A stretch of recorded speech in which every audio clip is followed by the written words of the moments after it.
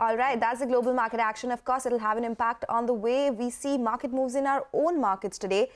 So let's get in our research team to tell you just that. The Power Prep segment this is. We have Vivek, Ekta and Nigel with us to tell us the trade setup, the stocks that are likely to be in the news and the action from the F&O space as well. Hey guys, a very good morning to all of you. Vivek, let me come across to you first up. What is the market setup looking like today? Well, good morning. Clear divergence in the kind of close that the Indian markets saw and the kind of handover that we are getting in from global markets. As you mentioned at the start of the show, the US markets have given very weak close, and this is something that could wane, at least as far as the opening sentiment is concerned. Now, we also talked about crude oil prices. Crude oil prices cooled off yesterday after the kind of sharp rally that we saw in the week gone by. So Brent futures closing closer to the $85 a barrel mark. Asian markets today are indicating a bit of a weak start. SGX Nifty 2, as you indicated, is showing a gap down open for our own markets. What happened yesterday? Indian markets closed at a 2-week high, and in fact it was the HDFC twins as well as the metal pack that actually led the gains and led the surge as far as our own markets were concerned. However, you could expect some fizzling out of the rally as far as the metal pack is concerned in the opening hour of trade on the back of weak handover and also some weak results coming in globally from metal majors as well. Some key results to keep an eye out for. So Indian markets expect quite a bit of volatility on the back of so much news flow. Okay, all right. So that is about the market setup today, but a lot of stocks will be in focus as well. Ekta is joining us with that list. Ekta? Hi, morning. Well, I'll start with the big result reaction, which we'll be looking out for. Indices Bank, 9th quarter of a year-on-year and Q-on-Q growth in operating profits. Net interest margins, which are at a 10-quarter high, return on assets at a 13-quarter high, return on equity at a 12-quarter high. NII growth has been the best in 11 quarters year-on-year, as well as it's up around 18.5%. Gross NPA is the lowest that we've seen in 8 quarters. So that is actually very positive in terms of parameters for Indices Bank.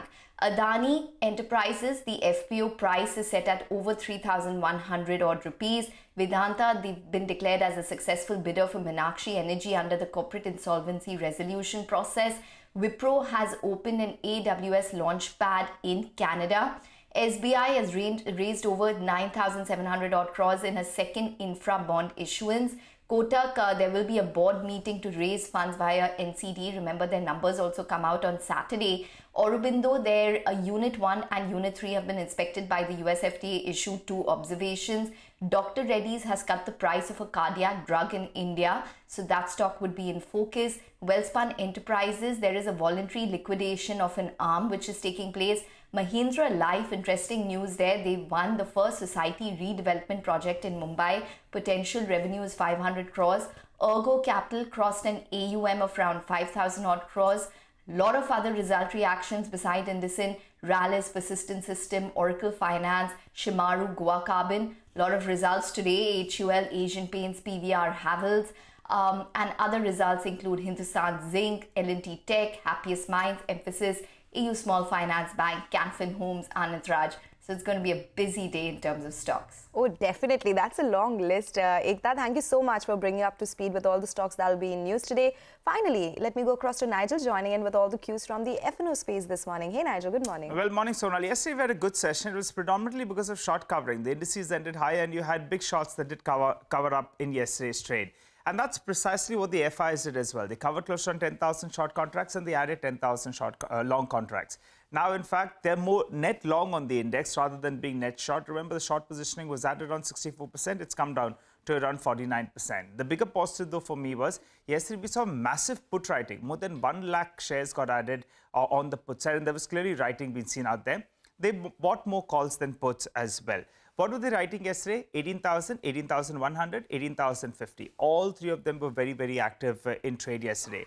And the 18,000 and the 18,050 put, well, they were active. That's telling you that the 18,000 to 18,030 level is a crucial support zone. And that's precisely where the 20 DMA comes in at. So just keep an eye out on that mark.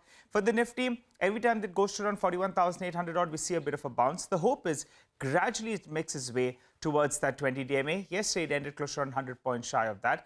SGX, if you're suggesting a 100-point downtake, I'll tell you what, that 18,030, 18,000 odd level should hold out. If that holds out, maybe risk reward could favor the bulls, given that today is weekly expiry. And the last few weekly expiries, last few Thursdays, we've seen a big turnaround from the red. Back to you. Okay, yes, that level will be important to watch. Nigel, thank you so much for joining us with all those updates. And it's time for a break now. When we return, the government is proposing some big changes to the Insolvency and Bankruptcy Code. We'll get you more details on that when we return.